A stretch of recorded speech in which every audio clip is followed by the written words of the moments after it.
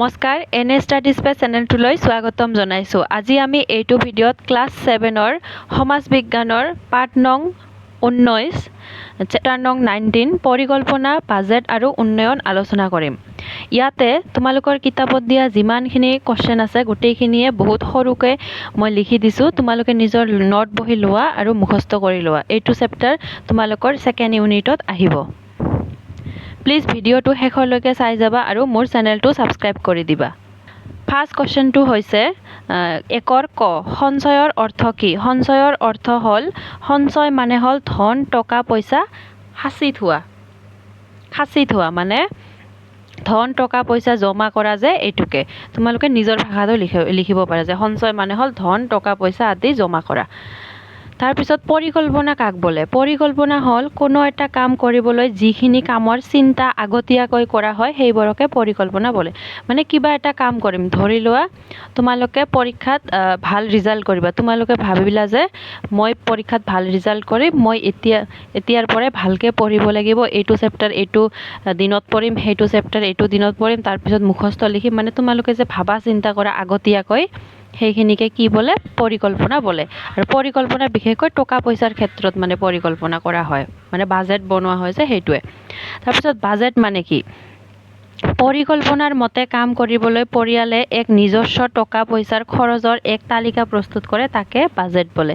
মানে কিবা এটা কাম কৰিবলৈ আগতীয়াকৈ যি চিন্তা কৰা হয়, পৰিকল্পনা কৰা হয়, সেইটোৰ মতে তোমালোকে এটা মানে খৰচৰ লিষ্ট বনাব লাগে ন, যে টকা এইখিনি টকা আছে, এইখিনি দি এইটো কৰিম, সেইখিনি দি সেইটো কৰিম, এইটোৰ তালিকা প্ৰস্তুত কৰাকে কি বোলে? বাজেট বোলে।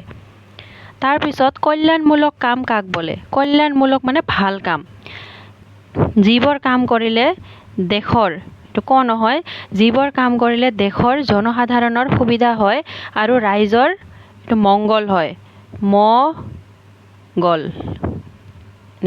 মংগল হয়, সেইবোৰ কামক কল্যাণমূলক কাম বোলে। এই আৰু হচৌকাটো যে তলত দিয়া আছে এইবিলাক অসমীয়া টাইপিঙৰ কাৰণে হৈ যায়। তো তোমালোকে কি বুজি পালা যে যিবোৰ কাম কৰিলে দেশৰ জনসাধাৰণৰ মানে দেশৰ মানুহবিলাকৰ সুবিধা হয় আৰু মংগল হয়, মানে ভাল হয়, উন্নতি হয়, সেইবোৰ কামকে কল্যাণমূলক কাম বোলে।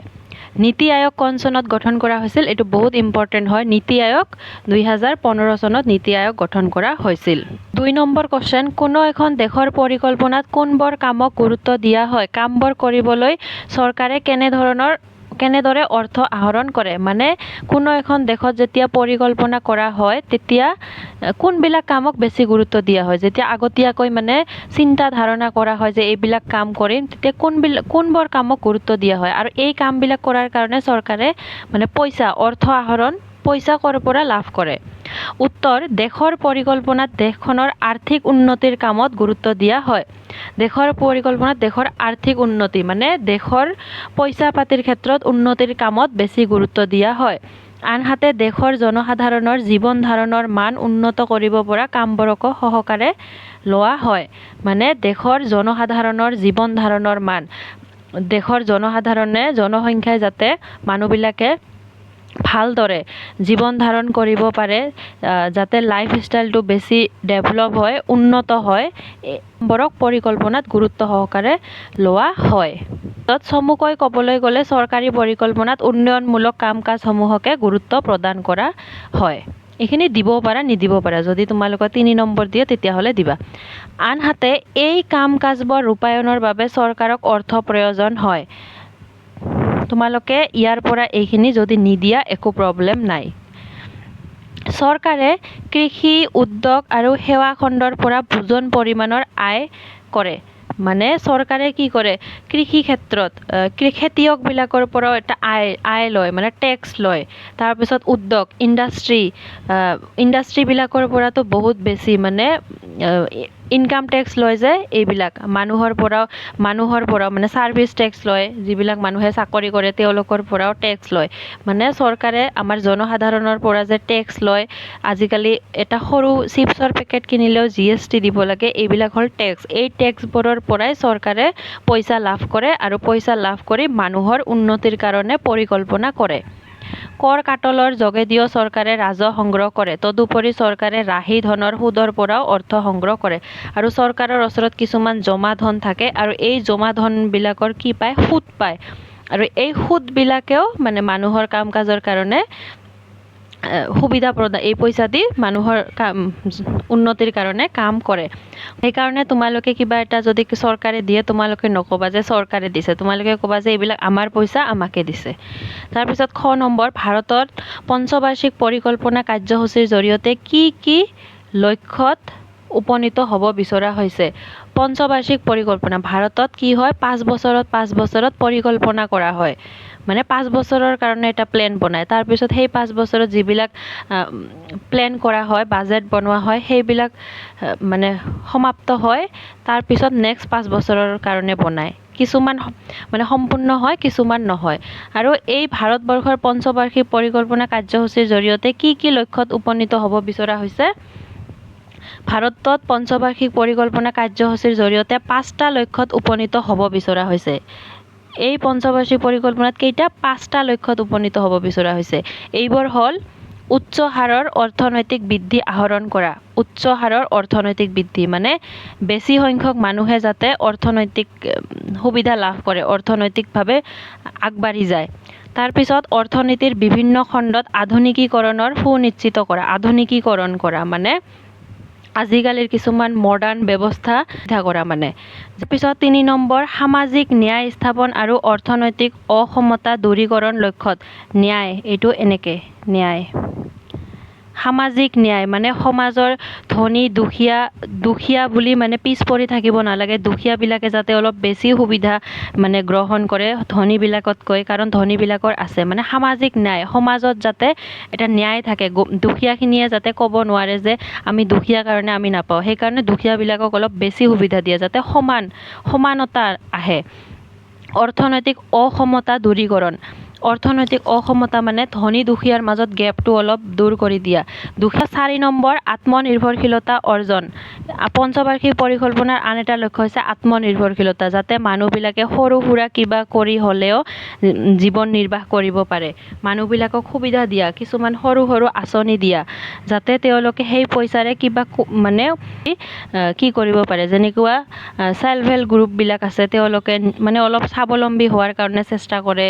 তাৰপিছত আৰু ক্ষুদ্ৰ উদ্যোগ কিছুমান আছে, এইবিলাকৰ সুবিধা দিয়া, যাতে সাধাৰণ মানুহক সুবিধা দিয়া যাতে তেওঁলোকে নিজে পইচা উপাৰ্জন কৰিব পাৰে। তাৰপিছত 5 নম্বৰ, অৰ্থনীতিত অব্যৱহৃত বা অৰ্ধব্যৱহৃত হৈ থকা সম্পদৰাজিৰ পূৰ্ণ নিয়োগ নিশ্চিত কৰা। অৰ্থনীতিত অব্যৱহৃত, এইটো বদ জফলা, অব্যৱহৃত আৰু এইটো অৰ্ধব্যৱহৃত, অৰ্ধব্যৱহৃত হৈ থকা সম্পদৰাজিৰ পূৰ্ণ নিয়োগ নিশ্চিত কৰা।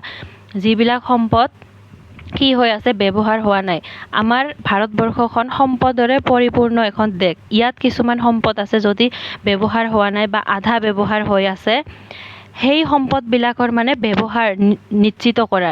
বহুতো ধৰণৰ সম্পদ আছে, যেনেকুৱা মানুহকো এটা সম্পদ বুলি কোৱা হয়। যদি মানুহৰ ভাল চিন্তাধাৰা কৰিব পৰা ক্ষমতা আছে, ভাল কাম কৰিব পৰা, দেশৰ উন্নতি কৰিব পৰা, সেইটোকো সম্পদ বুলি কোৱা হয়।